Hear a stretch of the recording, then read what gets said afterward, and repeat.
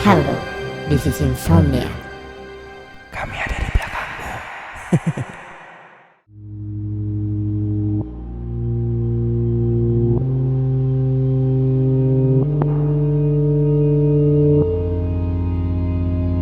Walaupun sudah 2 tahun berlalu, tapi aku masih sangat ingat sebuah kejadian menyeramkan yang ada di rumahku. Kejadian yang berjalan sangat cepat, namun sering membuatku merinding jika mengingatnya kembali.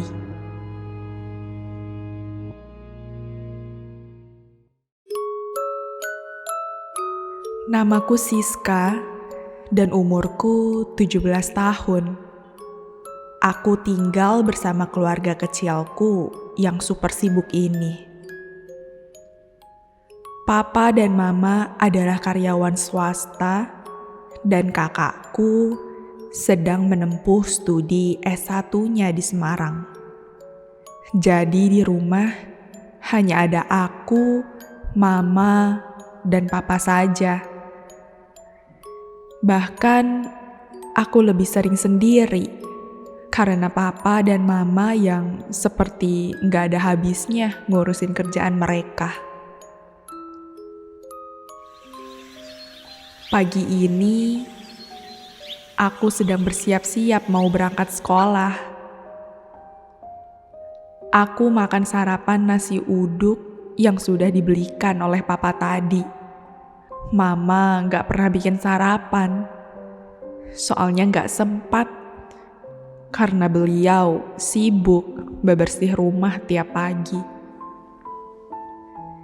Saat aku lagi makan, mama ngasih tahu kalau nanti sore ada mbak baru yang datang ke rumah. Namanya Murni. Mbak itu tidak akan tinggal di rumah. Ia cuma datang untuk menyetrika baju dan membersihkan rumah, lalu pulang lagi. Aku mengangguk sambil menyelesaikan nasi uduk ini. Iya Bondi, gak ada daging. Ini mah nasi uduk. Kamu mau emang? Aku punya satu anjing golden retriever yang berusia 8 bulan. Kami beri nama Bondi. Papa adopsi Bondi dari kecil di animal shelter saat Natal tahun lalu. Kalau lagi sepi rumah, aku main sama Bondi terus seharian. Dari dulu, aku memang sudah menyarankan mama untuk cariin mbak. Soalnya kami bertiga sudah disibukkan sama kerjaan masing-masing. Aku juga rasanya kalau pulang dari sekolah, inginnya istirahat aja. Jadinya rumah kadang sangat kotor karena gak ada yang ngurus. Setelah sarapan, aku kemudian pergi ke sekolah diantar papa. Singkat cerita, aku pulang sekolah jam 2 siang. Teman-temanku ngajakin nongkrong, tapi aku menolak karena ingat nanti sore akan ada mbak yang datang ke rumah. Kemudian aku pulang pakai ojek online menuju rumah.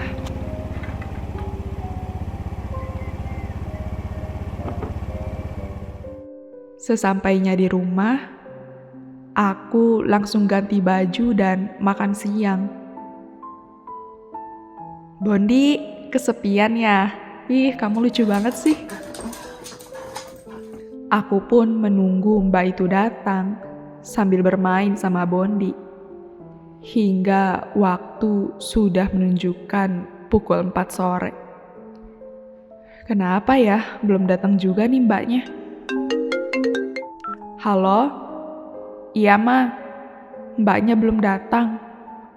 Oh, mama sama papa mau pulang telat. Oh, ya udah, ya. Mama telpon. Katanya mereka berdua akan pulang telat.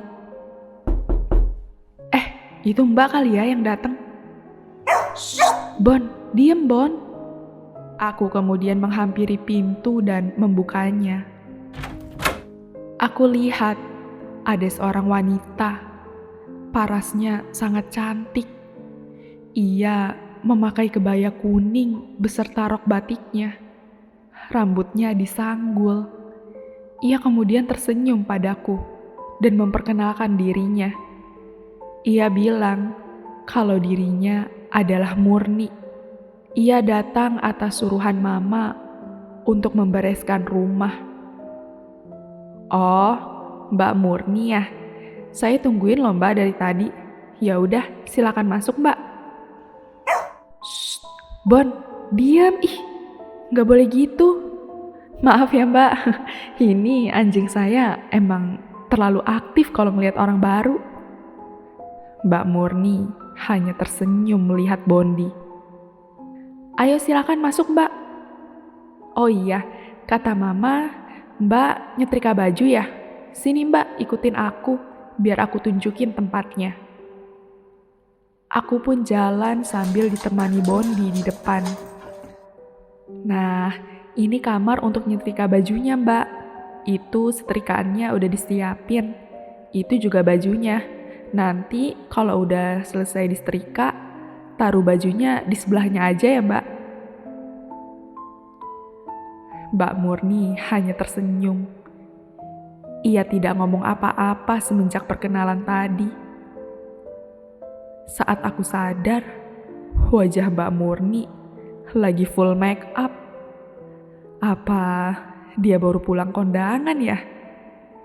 Kenapa dandan gini? Udah mana pakai kebaya lagi. Aneh banget. Aku pun meninggalkan Mbak untuk menyetrika dan pergi ke dalam kamar untuk bermain HP. Aduh, Bondi berisik banget deh.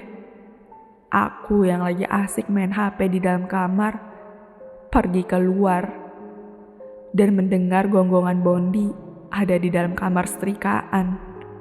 Saat aku masuk, Bondi sedang menggonggong di hadapan Mbak Murni yang sedang menyetrika. Heh, Bondi, sini. Kamu bikin gak enak aja. Aduh Mbak, maaf ya. Ini pintunya ditutup aja Mbak, biar Bondinya gak masuk. Kemudian, pintu kamar setrikaan pun aku tutup, supaya gak diganggu Bondi. Tapi aneh deh, Mbak Murni sama sekali gak terganggu saat Bondi menggonggong di depannya. Terus, Bondi kenapa jadi bawel banget ya? Biasanya kalau sama orang asing gak sebawel ini. Aku lalu masuk ke dalam kamar kembali dan membiarkan Bondi berkeliaran begitu saja. 20 menit berlalu, aku keluar kamar untuk menuju kamar mandi. Namun, aku terkejut saat lihat Bondi udah ada di dalam kandang yang terkunci rapat. Ia menunduk, terlihat ketakutan. Hah?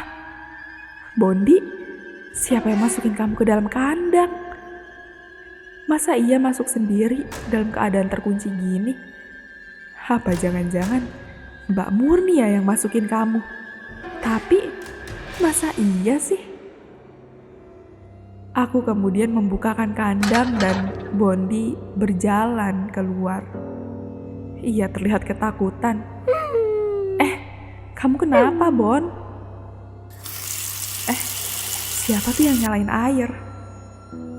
Suara itu berasal dari dapur belakang. Aku pun lantas pergi ke dapur.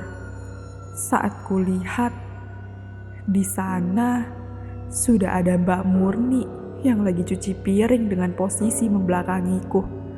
Oh, Mbak Murni. Dia cepet banget sih nyetrika bajunya. Aku kemudian balik untuk menuju kamar setrikaan. karena ingin lihat baju-baju yang sudah disetrika oleh Mbak Murni. Saat aku berjalan menuju kamar setrikaan, pintu kamar aku buka. Dan di sana aku masih ngeliat Mbak Murni lagi nyetrika. Hah, tadi yang gue lihat di dapur siapa? Mbak Murni kemudian berhenti nyetrika dan melihat ke arahku. Ia bertanya ada apa dengan tatapan matanya yang kosong. Badanku tiba-tiba merinding hebat. Tanpa mengucapkan apapun, aku kembali ke dapur. Dan di dapur, aku ngeliat Mbak Murni masih mencuci piring. Ya Tuhan, aku lalu memberanikan diri untuk mendekati Mbak Murni. Mbak Murni. Ia pun mematikan keran dan menengokku ke belakang. Ia bertanya, kenapa? Dengan gugup, aku lantas bilang, Mbak, temenin aku yuk ke ruang setrikaan. Ia hanya mengangguk dan tersenyum. Aku dan Mbak Murni pun pergi ke ruang setrika. Saat dilihat, tidak ada siapa-siapa di sana. Ya Tuhan, badanku merinding. Maaf, saya balik cuci piring lagi ya, ucap Mbak Murni di belakangku. Aku mengangguk. Aku masih kaget dengan kejadian tadi. Apa iya aku salah lihat? Gak mungkin. Aku benar-benar ngeliat ada Mbak Murni yang lagi nyetrika. Terus yang gue lihat tadi itu siapa dong? Aku pun pergi ke kamar tidur untuk menenangkan diri sambil bermain HP. Ya ampun, aku masih gak percaya sama apa yang aku lihat tadi. Udah mana jam 6 lagi sekarang. Mama sama papa kapan pulangnya sih? Astaga, kenapa lagi tuh? Jalan dari kamar tidur dan dapur itu berbentuk lorong memanjang. Dapur tidak akan terlihat dari kamar, kecuali kalau kita sudah masuk dari pintunya. Di depan pintu dapur ada Bondi yang sedang duduk terdiam melihat ke dalam dapur. Saat aku berjalan menuju dapur, jantungku tiba-tiba berdegup cepat. Dan ketika aku lihat ke dalam, terdapat pecahan piring yang ada di lantai. Mbak Murni sedang membereskan beling-beling yang berserakan. Ya Tuhan, Mbak, ada apa? Tanyaku dengan kaget. Mbak Murni bilang kalau tadi saat ia mau masukkan piring ke dalam rak, ia tak sengaja menjatuhkan piring karena tangannya licin. Ya ampun, Mbak. Ya udah kalau kayak gitu hati-hati aja. Mbak gak luka kan ya? Ia hanya tersenyum menggeleng padaku. Ketika semuanya sudah beres, Mbak Murni tiba-tiba mengambil bola kecil yang ada di dekat rak. Dan ia melemparkan bola itu ke depan kamar tidurku. Ia bermaksud untuk bermain bersama Bondi. Namun, Bondi hanya terdiam mematung melihat Mbak Murni. Bondi sama sekali gak memperdulikan bola itu. Aduh, ini Mbak sikapnya aneh banget deh. Jadi gak nyaman gue. Kayaknya anjing kamu gak suka ya sama saya. Ya udah, kalau gitu saya pergi aja, ucap Mbak Murni sambil tersenyum. Oh, kerjaannya udah selesai, Mbak. Ya udah, tunggu dulu di sini ya, Mbak. Aku mau kasih makanan dulu. Aku pun meninggalkan Mbak Murni di dapur dan berjalan menuju kamar tidur untuk mengambil makanan. Di dalam kamar, aku mendengar ada suara Bondi yang sedang menggonggong. Aduh, Bondi kenapa lagi sih? Aku pun keluar kamar. Di depan dapur, aku melihat Bondi sedang menggonggong. Ia terlihat agresif. Bondi, kamu kenapa? Aku pun lantas jalan cepat menuju dapur. Dan saat aku lihat, Mbak Murni sedang berdiri di depan kulkas yang terbuka. Ia terlihat menunduk, seakan sedang mengambil makan di dalamnya. Di sekitar kaki Mbak Murni sudah banyak sisa semangka yang berjatuhan. Di belakangnya, aku sangat jelas mendengar ia sedang mengunyah makanan. Hah, gila nih orang. Ini Mbak udah gila apa gimana sih? Aku pun langsung mendekatinya dan memegang pundaknya. Mbak, apa-apaan sih? Mbak Murni langsung melihat ke arahku. Dan tiba-tiba aku melihat wajahnya penuh dengan sisik. Matanya yang tadinya putih berubah menjadi merah. Giginya bertaring keluar dan ia tersenyum padaku. Sambil makan semangka yang penuh di mulutnya itu, lidahnya keluar memanjang seperti ular. Saya lapar, Mbak. Aku lantas berteriak dan langsung tak sadarkan diri. Ketika aku sadar, di hadapanku ada kedua orang tuaku. Aku lantas menceritakan semua hal yang aku alami pada mereka. Mama dan Papa begitu terkejut mendengarnya. Mama bilang kalau Mbak Murni tidak jadi datang hari ini. Ia menelpon Mama tadi sore, tapi Mama lupa ngabarin ke aku. Ya Tuhan, jadi sosok yang datang ke rumahku itu siapa? Apa dia adalah sosok ular yang menjelma jadi manusia?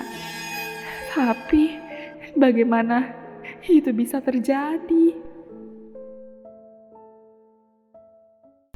Gimana penonton untuk konten kali ini?